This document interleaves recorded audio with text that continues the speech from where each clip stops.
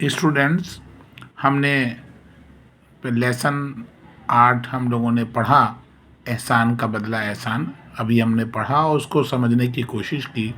اس کے علاوہ ڈاکٹر ذاکر حسین کی سوانح، ان کی خدمات کو ہم لوگوں نے پڑھا، اور اب اس کے پارٹ 1 میں ہم نے اس کی سبق کو پوری طرح سمجھنے کی کوشش کی۔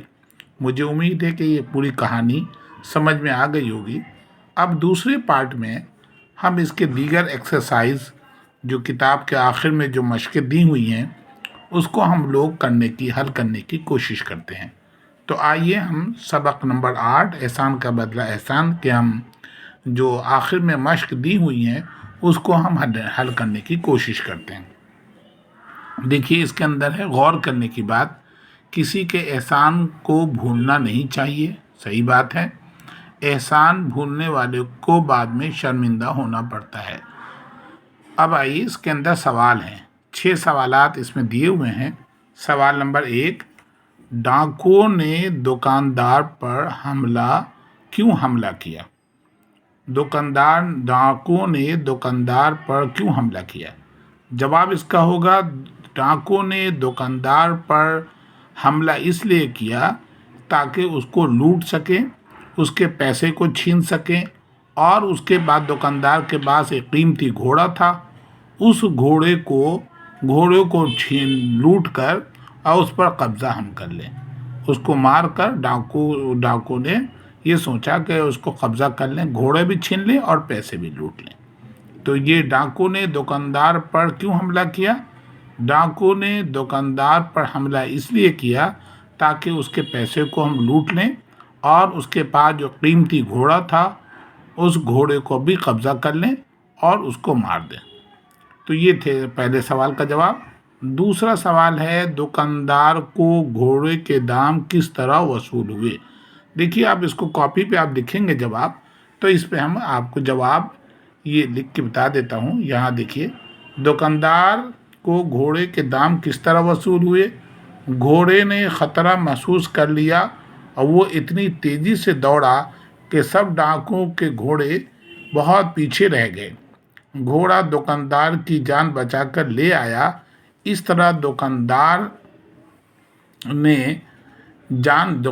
کی جان بچ جانے پر محسوس کیا کہ گھوڑے کے دام اس نے دیے تھے وہ وصول ہو گئے۔ سوال نمبر 3، سائیں کے برتاؤ کی وجہ سے گھوڑے کو کیا کیا تکلیفیں اٹھانی پڑی؟ سائیں نے روز بروز گھوڑے کا دانہ کم کر دیا اور ایک روز اسے استبل سے نکال دیا۔ بیچارہ گھوڑا رات بھر استبل کے باہر بارش اور طوفان میں کھڑا رہا۔ سائیں کے برے برتاؤ کی وجہ سے گھوڑا بھوکا پیاسا رہا اور ادھر ادھر مارا پھرتا رہا۔ سوال نمبر 4، اونچے مکان میں گھنٹا کیوں لٹکایا گیا تھا؟ اونچے مکان میں گھنٹا اس لیے لٹکایا گیا تھا کہ اگر کسی شخص پر کوئی ظلم کرے یا مال دبا لے، حق مار لے، تو اس گھنٹے کی رسی کو پکڑ کر کھینچے تاکہ گھنٹے کی آواز سن کر لوگ جمع ہو جائیں گے اور آ کر فیصلہ کر دیں گے۔ یہ تو آپ نے سبق میں پڑھا کہ وہ گھنٹا اس لیے بجاتا، وہ گھنٹا لٹکایا گیا تھا تاکہ کسی پر کوئی ظلم ہو تو وہ آ کر اپنی فریاد وہاں آ کے کہہ سکے۔ سوال نمبر 5، گھوڑے نے گھنٹا کس طرح بجایا؟ گھوڑا بھوکا تھا، پیاسا تھا۔ جب وہ اس کمرے میں داخل ہوا جس میں گھنٹا لگا ہوا تھا تو گھنٹے کی رسی اس کے بدن سے ٹکرائی تو بھوکا گھوڑا اسی رسی کو چبانے لگا۔ رسی جو ذرا کھینچی تو گھنٹا بجنے لگا اور شہر کے لوگوں کو اطلاع ہو گئی، خبر ہو گئی۔ سوال نمبر 6، تاجر کا چہرہ شرم سے کیوں سرخ ہو گیا؟ تاجر کا چہرہ شرم سے اس لیے سرخ ہو گیا کہ پنچوں نے اس سے کہا کہ تم گھوڑے کے ساتھ اچھا سلوک نہیں کیا، اس گھوڑے نے تمہاری جان بچائی اور تم نے اسے بھوکا پیاسا استبل سے باہر نکال دیا۔ ہمارے شہر میں ایسا نہیں ہوتا، ہر ایک کو اس کا حق ملتا ہے احسان کا بدلہ احسان احسان ہے۔ تو اس طرح سے یہ 6 سوالات تھے۔ 6 سوالات مجھے امید ہے کہ آپ کے سمجھ میں آ گیا ہوگا اور آپ اسی سے آسانی سے نوٹ کر سکتے ہیں۔ اب دیکھیے اس میں کچھ الفاظ کے جملوں میں استعمال محاورے ہیں، الفاظ کو جملوں میں استعمال کرنا ہے۔ دیکھیے سوال، وفادار گھوڑا ایک وفادار جانور ہے۔ بیچارہ بیچارہ بھکاری صبح سے شام تک بھیک مانگتا پھرتا ہے۔ حقدار، انصاف کا تقاضا یہ ہے حقدار کو حق مل کر رہے۔ ظلم کی کھیتی زیادہ دن پروان نہیں چڑھتی۔ فریادی، ہر فریادی کی بات سننا اور اس کی پریشانی دور کرنا انسانیت ہے۔ احسان کرنے والے کے ساتھ ہمیشہ اچھا سلوک کرنا چاہیے۔ قصور، اگر کوئی شخص اپنا قصور مان لے تو اسے معاف کر دینا چاہیے۔ عبادت، اسلام ایک خدا کی عبادت کرنا سکھاتا ہے۔ تاجر، ایماندار تاجر بے خوف ہو کر اپنا کاروبار کرتا ہے۔ اب یہ آیا خالی جگہ۔ دیکھیے 5 خالی جگہ ہیں یہاں پہ۔ دیکھیے لکھا ہوا آنکھیں، گونج، بیچ، جانور اور گھر۔ تو دیکھیے یہاں پہ ہے، کچھ دنوں بعد غریب کی آنکھیں جاتی رہیں۔ سارا جنگل گھوڑوں کے ٹاپو سے گونج رہا تھا۔ مندر اور مسجد کے بیچ میں ایک اونچا مکان تھا۔ تم آدمی ہو یہ جانور؟ اس نے وفادار گھوڑوں کو ساتھ لیا اور گھر لے آیا۔ اب آیا دیکھیے نیچے لکھے ہوئے لفظوں کے واحد بنائیے۔ واحد، تاجر واحد ہے، جمع تجار۔ مکان، مکانات۔ احکام یہ جمع ہے، اس کا واحد ہے حکم۔ احسانات یہ جمع ہے، اس کا واحد ہے احسان۔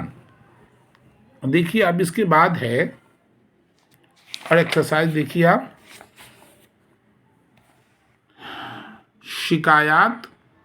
شکایت یہ واحد ہے، اس کا جمع ہے شکایات۔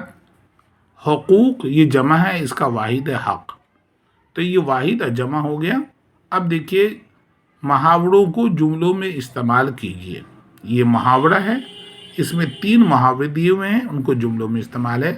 حق مارنا، کسی کا حق مارنا اچھی بات نہیں۔ یہ ہے چہرہ شرم سے سرخ ہونا، اپنی غلطی پر اکثر لوگوں کا چہرہ شرم سے سرخ ہو جاتا ہے۔ یہ دیکھیے تیسرا ہے وار خالی دینا، کسی کا وار خالی چلا جائے تو وہ اس ناکامی پر جھنجھلا جاتا ہے۔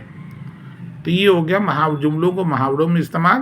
اب آیا متضاد الفاظ۔ متضاد مینس اپوزٹ۔ وفادار بے وفا، ظلم کا ہے عنایت، حق ناحق باطل،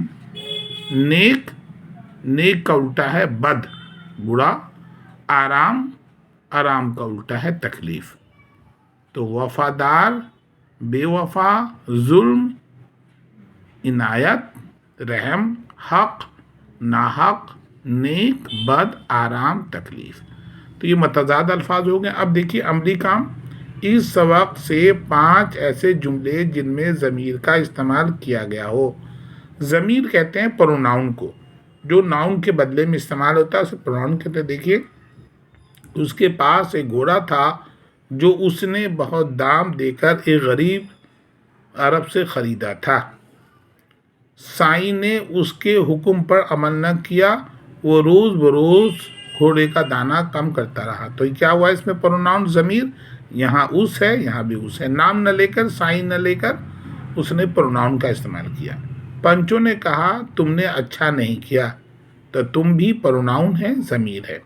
ہمارے شہر میں ایسا نہیں ہوتا، ہر ایک کو اس کا حق ملتا ہے۔ تو یہ ہمارے شہر یہ پروناؤن ہے ضمیر ہے۔ اس کا منہ چوما اور کہا میرا قصور معاف کرو، تو میرا بھی پروناؤن ہے ضمیر ہے، اس بھی۔ اس طرح سے یہ 5 پروناؤن ہے۔ تو ضمیر کی تعریف کیا ہے؟ کسی شخص، جگہ، چیز کے نام کے بدلے میں جو الفاظ استعمال ہوتے ہیں اسے ہم ضمیر کہتے ہیں۔ حالانکہ ضمیر کی ڈیفینیشن کتاب میں سبق میں دی ہوئی ہیں، آپ نے اسے ضرور دیکھا ہوگا۔ آئیے لکھا ہوا ضمیر کی ڈیفینیشن: اسم کی جگہ استعمال ہونے والے الفاظ کو ضمیر کہتے ہیں، مثلاً اس، وہ، تم، میں، ہم وغیرہ۔ یہ اسم کی جگہ، ناؤن کی جگہ استعمال ہونے والے الفاظ کو ضمیر کہتے ہیں، مثلاً اس، وہ، تم، میں، ہم وغیرہ۔ تو اس طرح سے یہ سبق اور اس کے ایکسرسائز مکمل ہوئے، اور اس طرح سے یہ سبق پورا ہوا۔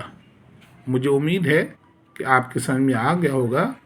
اسی کے ساتھ یہ سبق مکمل ہوا۔ شکریہ۔